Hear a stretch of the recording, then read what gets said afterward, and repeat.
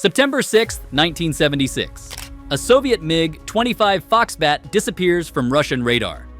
The pilot isn't attacking, he's running, and he's about to hand the USSR's most feared interceptor directly to America. When a pilot defects with their jet, you don't just lose a $60 million aircraft. You lose every classified defense system built around it. This wasn't the first time, and it keeps happening.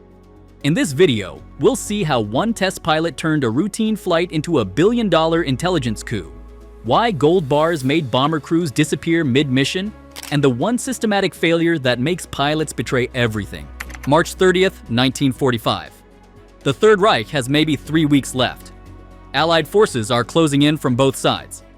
Hans Fay is a Luftwaffe test pilot stationed at a factory airfield. His job isn't to fight, it's to evaluate newly manufactured aircraft before they're sent to combat squadrons. He tests engines, checks control surfaces, makes sure the planes won't kill their pilots. Today, he's received unusual orders. 22 Messerschmitt Me-262 jets need evacuation immediately. These aren't ordinary fighters. They're the world's first operational jet aircraft. Top speed, 540 miles per hour. The P-51 Mustang, America's best fighter, maxes out at 440. These jets have scored 542 confirmed kills, and Allied pilots are terrified of them. Fay is fourth in line for takeoff. Engines roar. One by one, the jets lift off. What happens in the next 90 seconds should have killed Hans Fay instantly, because instead of following the formation northwest, Fay yanks his control stick hard left. The Me-262 banks into a violent 180-degree turn and accelerates directly toward American lines. Nobody knows this is happening. Not the German pilots ahead of him, not his commanders, and definitely not the American forces he's flying straight toward. In an active war zone, when an enemy fighter jet appears on your horizon, there is exactly one procedure: shoot it down before it shoots you. Fay crosses into Allied airspace and spots Rhine-Main airfield near Frankfurt, American-controlled for less than a week. He circles the field once, twice, 3 times. American gunners track him through their sights, fingers on triggers, waiting for orders. The order never comes. Nobody fires. Why didn't they shoot him? His landing gear was down. To the soldiers on the ground, this looked like a surrender attempt. If you're planning a strafing run, having your wheels hanging in the wind is terrible tactics.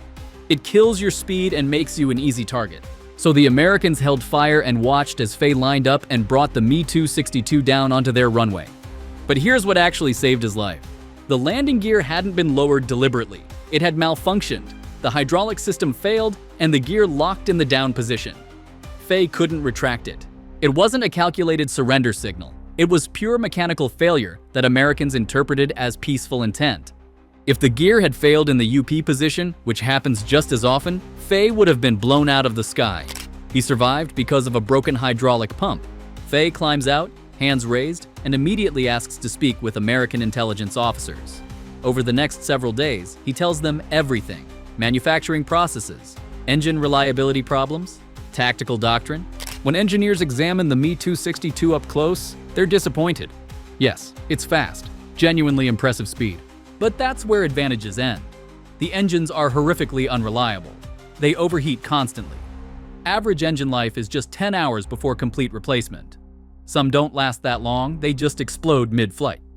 Germany's wonder weapon was more propaganda than substance. But that raises the real question: why defect at all? The war was clearly ending. Germany would surrender in weeks? Why take a suicidal risk when you could just wait it out? During debriefing, American interrogators kept asking this, and Fay kept giving the same answer: his parents. They lived in a town under German military control. If Fay had defected while his family was still behind German lines, the Gestapo would have arrested them immediately. Defection was treason. The penalty was execution for the traitor and often their family. So Fay waited. For months, he'd been looking for an opportunity to defect, to give the Allies information that might help end the war faster. But he couldn't act while his parents were at risk.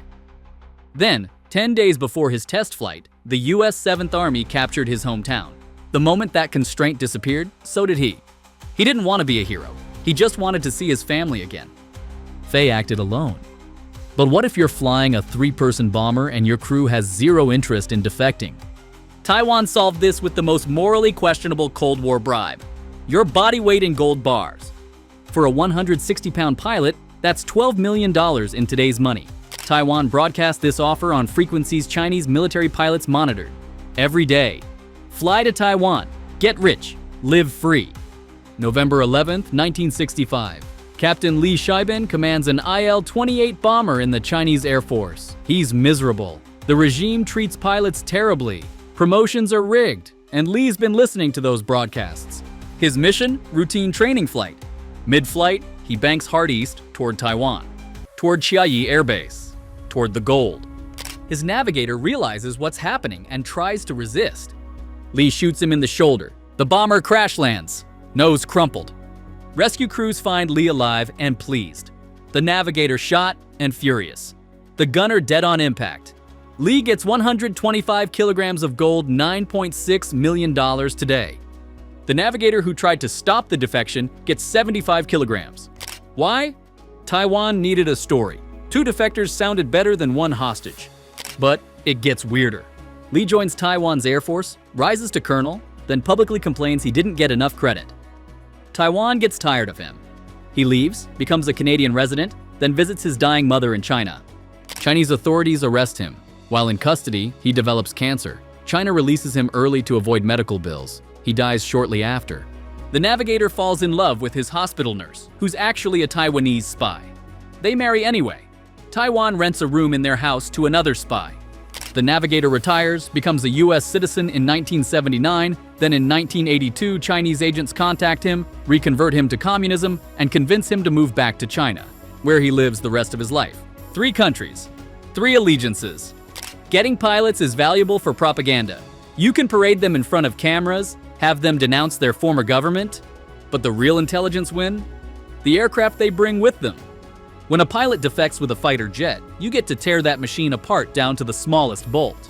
You learn its strengths, weaknesses, radar signature, fuel consumption, how fast it actually goes in real conditions versus what propaganda claims. In 1970, the Soviet Union unveiled a new interceptor that made American defense planners lose sleep, the MiG-25 Foxbat. On paper, this thing was a monster. Top speed, Mach 3.2, that's 2,170 miles per hour. Service ceiling, 67,000 feet. Designed to hunt down high-altitude spy planes and nuclear bombers. American intelligence looked at those specs and panicked. They assumed this aircraft could outturn, outclimb, and outfight anything NATO had. The United States developed the F-15 Eagle as a direct response, an air superiority fighter built specifically to counter the Soviet superplane. But there was one problem. Nobody in the West had actually examined a MiG-25 up close. All assessments were based on satellite photos and educated guesses. They needed to get their hands on one. Enter Lieutenant Viktor Belenko. Belenko grew up in the Soviet Union dreaming of becoming a fighter pilot. The propaganda posters made it look glamorous, the prestige, the honor, serving your country at the cutting edge of military aviation. The reality was different. He joined the Soviet Air Force and discovered pilots were treated just as badly as everyone else. The air bases were falling apart. Equipment was old and poorly maintained. Morale was abysmal. Belenko started making complaints to his superior officers. The base conditions were unacceptable. The promotion system was rigged by political officers who cared more about party loyalty than flying skill. Every time he complained, he was reprimanded for un-Soviet behavior. Then his personal life collapsed. His wife, fed up with living on a crumbling military base, divorced him and took their children. Belenko looked at his life and saw no future, no career, no family, no way out. September 6, 1976. He's ordered to participate in a routine training flight over Chukotka Air Base. During the flight, Belenko suddenly drops to extremely low altitude and punches the throttle. The MiG-25 screams east over the Sea of Japan at near supersonic speed, heading for Japan, for freedom, for any life that wasn't this one. Japanese air defense radar picks up the unidentified contact. 2 F-4 Phantom fighters scramble to intercept.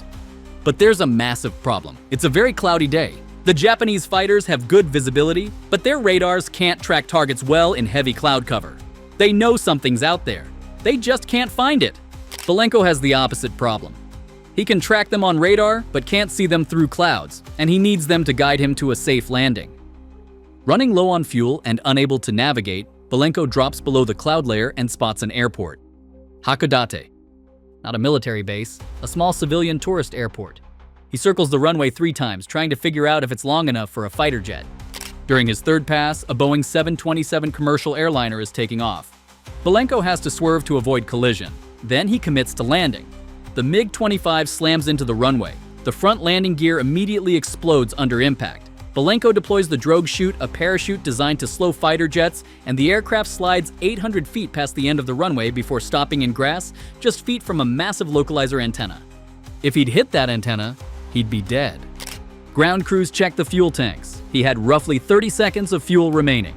Because this was a tourist airport, there were civilians around with cameras. They start swarming toward the strange military jet that just crashed into their runway. Belenko panics. He draws his service pistol and fires several shots into the air to disperse the crowd. Airport air traffic control immediately calls Japanese military headquarters to report the situation.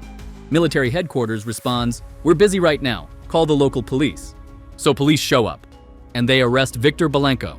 Not for aircraft theft, not for espionage, not for the diplomatic incident, for illegal possession and discharge of an unregistered firearm. Belenko requests political asylum in the United States. The Soviet Union immediately responds by accusing Japan of drugging Belenko into that statement. No loyal citizen would ever voluntarily choose to defect, they claim. Japan's government realizes they have a serious problem. If the USSR wants this aircraft back badly enough, they might actually start a military conflict to retrieve it. So Japan goes into full defensive mode. 200 troops and armored vehicles surround Hakodate Airport. Naval vessels patrol nearby waters. Fighter jets maintain 24-hour combat patrols, all to protect one defector and one aircraft. Meanwhile, the MiG-25 is carefully disassembled and transported to Hyakuri Air Base, where American and Japanese engineers examine it in detail. For months, they tear the aircraft apart, every system, every component. When they're finished, the conclusion shocks everyone. The MiG-25 Foxbat was massively overrated. Yes, it could fly incredibly high and fast. Those performance numbers were real, but that's where impressive features ended.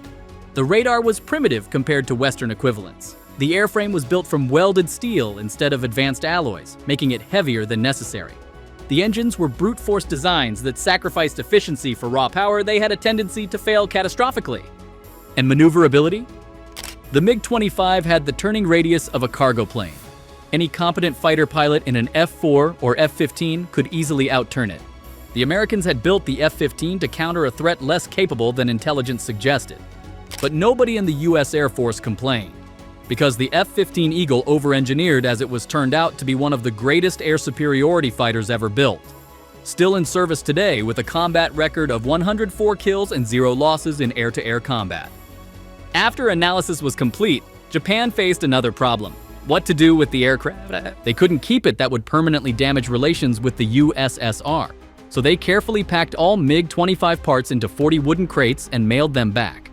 The Soviet government sent Japan a formal complaint. 20 pieces were missing.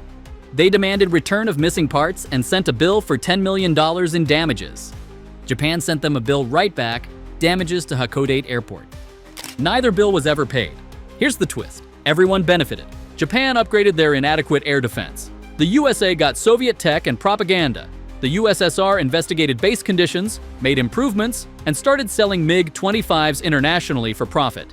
Belenko, CIA debrief, US relocation, aerospace consultant. He got exactly what he wanted. You might think defections are history. They're not. 2022, Russian helicopter pilot defects to Ukraine mid-mission. Delivers his aircraft and crew who had no idea to Ukrainian forces. Reward, $500,000 plus EU citizenship. Same tactics. Same vulnerabilities. Modern militaries claim they've solved this through psychological screening, loyalty monitoring, better pay, 2-person integrity rules. But here's the flaw. You can't screen for a pilot whose family gets threatened, whose promotion gets blocked, whose base becomes unbearable. You can't predict desperation. But one program never lost a pilot, the SR-71 Blackbird. Their strategy? Only hire married pilots with children. A man with a wife and kids is statistically far less likely to abandon everything. It worked perfectly. But it reveals something uncomfortable. The most effective defense isn't loyalty or patriotism. It's emotional leverage, making sure your pilots have hostages. Here's what every story proves. Pilots don't defect because they're traitors. They defect because their system failed them first. Hans Fay wanted to see his parents. Lee Shubin wanted money and respect. Viktor Belenko wanted a life that didn't crush him. And in every case, the military had the power to prevent it by treating them like human beings instead of expendable assets. The aircraft worth tens of millions were just collateral damage. The real loss was trust. Modern air forces are making the same mistakes: overworked pilots, rigged promotions, underfunded bases, the same conditions that lost the Cold War's most advanced jets. So next time you see a defection headline, don't ask why they ran. Ask why their own country made running seem like the better option. Because that's the billion-dollar question no military wants to answer. Until the next fighter jet lands on the wrong side of the border. We just covered how broken systems make pilots betray their countries.